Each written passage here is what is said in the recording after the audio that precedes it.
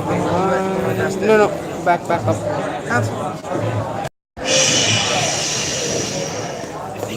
Thank you for sitting quietly at this time. Get on your jackets so we can make a seamless transition to Mincha.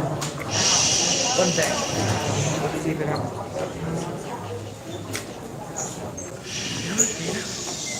Do it on one side. Okay, let's find seats.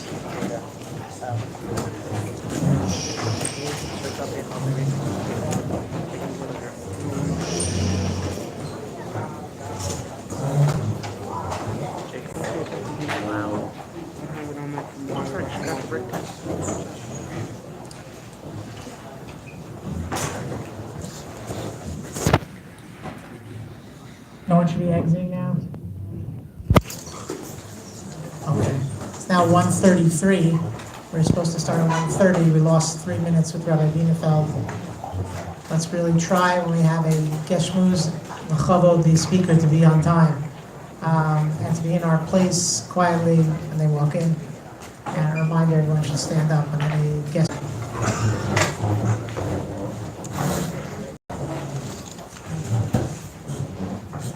Shakar Rabbi Steckler,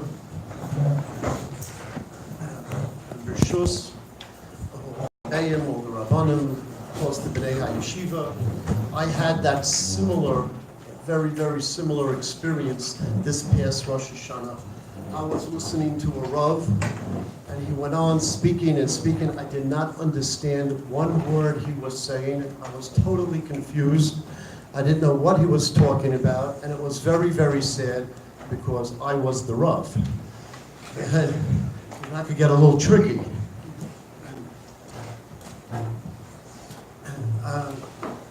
On a serious note, and I wouldn't exaggerate or lie or say anything that's far from the truth. During our Aseret Yemei Tshuva,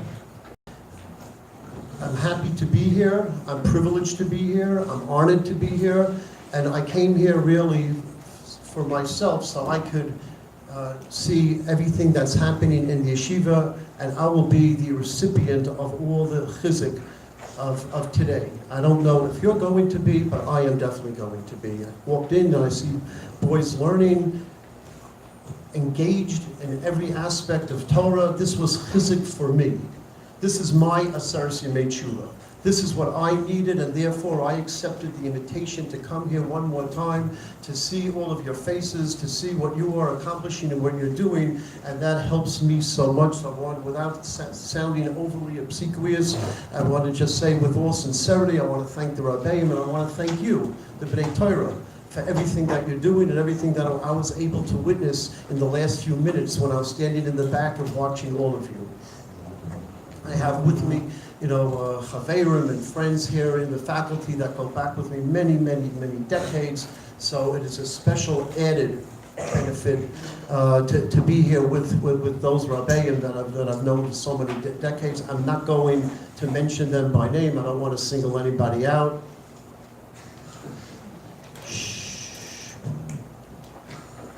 Shh. Okay, so it's not on here, so nobody knows who it is. I didn't get it.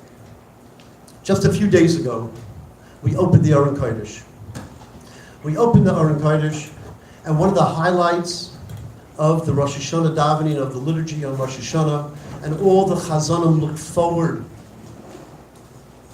to this part of the davening. Many of the mispalim, of the congregants, they all look forward to this. They stand up, the Aron Kodesh is open, and we all begin, depending on where you're davening, depending on the shul, depending on the nusach, depending on the niggin, we all begin the tefillah known as the Chol Maminim. We said it twice on Rosh Hashanah, the first day and the second day, and now we're going to say it again. We're going to revisit this liturgy. We're going to revisit this tefillah of the Chol Maminim. I want to tell you something. You open up and you start V'chol Ma'aminim. The refrain is always going to be V'chol Ma'aminim, V'chol Ma'aminim, and it's an outright lie. V'chol Ma'aminim. Think about those words. 2 words. Think about those 2 words. V'chol Ma'aminim. And everyone believes. Is that true? Does everyone believe? Everyone's a maimin? Did you ever hear of the word kaifa? Did you ever hear the word heretic? How do we sit there, how do we stand in front of a Kadosh Baruch Hu? They open the Aron Kodesh, and we have so much kavanah, and many of us are crying during that tefillah. We say, B'chol maminim. Everyone believes. Does everyone believe? If it says in the machzor, if that is the tefillah, that every single person believes, that means every single person believes. Back in the late 1960s, after the Six-Day War, and after the reunification of Yerushalayim, when we were able to go to the Kotel, we were able to see the Kaisel HaMaravi, and people were going in flocks. Everyone was going to Eretz Yisrael. This was such a simcha that we had the Kaisel. You could go to Eretz Yisrael in the late 60s. And the story goes that there was a college professor from New Haven, Connecticut, who was a professor of philosophy at Yale University. And he was on sabbatical that year in the late 60s. I don't know if it was 68 or 69. He was on sabbatical, and he was doing a world tour. He was doing a world tour. And he was going all around, and right before he was about to return to the United States, to go back to Connecticut, to go back home, someone said to him, why don't you stop off in Israel? Why don't you go to Jerusalem? Didn't you hear what's going on? And he says, that doesn't speak to me. There's no reason why I should be going to Yerushalayim. I shouldn't go to Jerusalem. That's not for me. And someone said to him, aren't you Jewish? He said, I am, but it doesn't speak to me. It's not something that I want to see. I went around, I was able to tour in Asia, I was able to go to Africa, I went to Europe. I don't need to go to Jerusalem. Anyway, they convinced him that he should stop off there, so he said, they convinced him that he should stop off and go to Yerushalayim. He said, okay, I'll spend 2 days right before I leave, right before I return to the United States. He goes there, they take him on a tour, and he goes to the Kotel. He sees the Kaisel, and he goes there, and he's looking at a crazy scene. He gets off the bus, and he's watching all the people come there. And as soon as they see the Kaisel, first thing you do, especially back in the late 60s, when this was the first time that we were able to go, and people were coming there for the first time, and as soon as they saw the Kaisel, they start screaming and crying, everyone's crying and yelling, and they start davening. And he's watching all of this. And he says, people are looking at this wall, crying, yelling, getting down on their knees, look what they're doing. And then he's watching a few people, and they're taking out these little pieces of paper. Conversations with thousands and thousands of people about theology, about religion. He goes, not once did I ever meet an atheist. Shalom Aleichem, atheist. And the guy's looking at him, he goes, you never met an atheist? So he said, yeah. I said, of course not.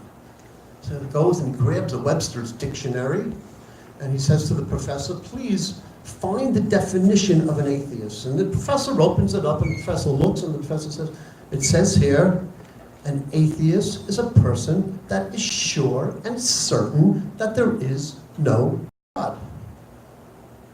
So Rav Noach looks at this professor and says, you see all these svarim? You see all these books that I have? He says, I have here the entire Talmud, I have here the Torah, I have here all the commentaries.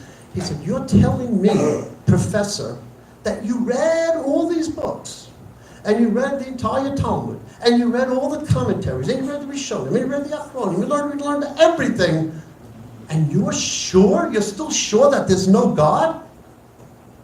And he looks at Rav Noach and he says, Rabbi, I don't read Hebrew. He says, you don't read Hebrew? He says, that means you never learned the Talmud? The Talmud deals with the questions of religion. The Talmud, did you ever learn the Chazon Ish? Did you ever learn the Muda B'Tachon? Did you ever learn Perek HaChelek? Did you ever learn any Musa? Did you learn the Rambam? Did you learn any of this? That deal, you study HaTorah? Did you learn Hilchos Tshuva? Learn the Rambam, how it's all explained? Did you learn any of this? He said, Rabbi, I don't read or speak a word of Hebrew. I don't read any of that.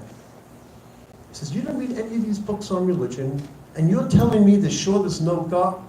He goes, you're a quack. He tells his rabbi, hold up on the coffee and cake. The guy's an imposter. He's no atheist. What are you disturbing me for? I'm not learning. Please leave. The professor was stunned, and he started pacing in the study of Rabbi Noach. And he's thinking back and forth, and he goes, Rabbi, I think you're right. He goes, I'm not an atheist. I'm an agnostic. So Rabbi Noach says, an agnostic? Whoa, shalom aleichem, agnostic.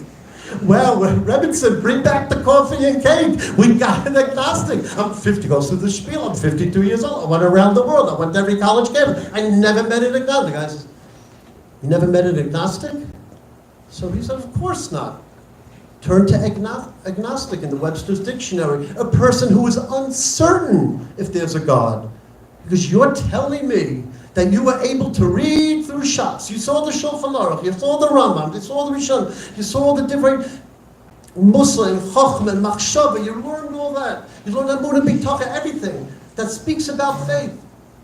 And you're still an agnostic? You're uncertain? Is it possible to be uncertain and not sure, to say I'm an agnostic? And the guy says, Rabbi, I told you. I don't read Hebrew.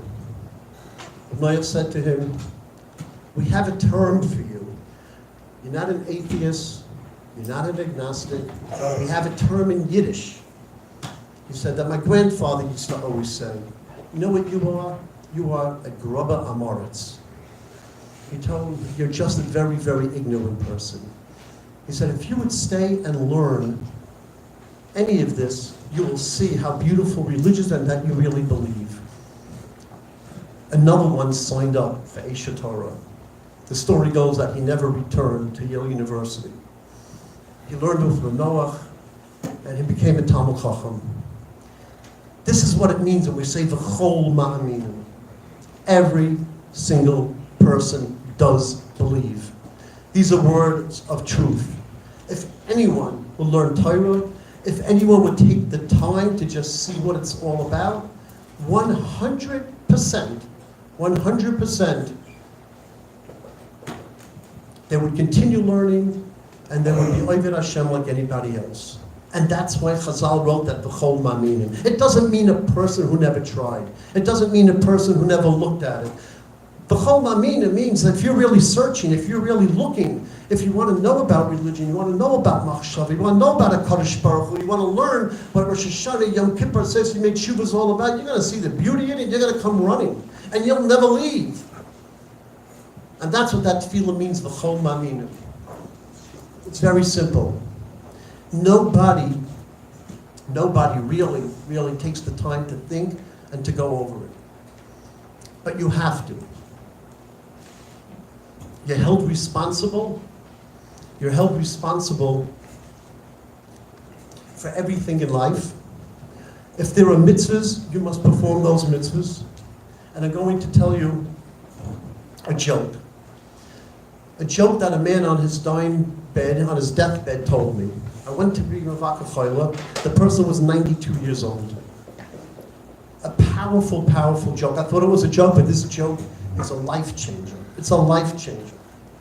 And he said, Rabbi, he didn't know he was dying at the time, even though he was into his 90s. And he said, Rabbi, I know you have a sense of humor. I think you're going to appreciate this joke. He told me that there was once a very, very big philanthropist, a woman, who supported all of the organizations, all the yeshivas, all the hospitals in the town. She's very, very well known, but she was an eccentric dresser. Maybe you see people like that, you know, they're very, very wealthy, an eccentric dresser. And she wore these clothes that not everybody appreciated, you know, very colorful, and there's big hats. And she goes by a pet store, and there's a parrot in front of the pet store. And the parrot says to this woman, you look ridiculous. And then she stops and she looks around and she looks at the parrot and says, did you look in the mirror before you left the house? You know, and she ignores the parrot and keeps on going, okay? Next day, she's on her way to work and she has to pass that same pet store, and the parrot's out there. And he says, oh, today you really look foolish. And she looks at the parrot, he goes, come on, who picked out your clothes? Next day, same thing. He says, ha ha. He says, I can't believe you went out of your house looking that way, because you look ridiculous. And this woman was a woman of stature. She was extremely influential in the community. She goes into the owner of the pet store, and she says, you better do something about your parrot. He goes, what's the matter? He goes, this parrot insults me, makes fun of my clothes, makes fun of the way I look every single day when I walk by.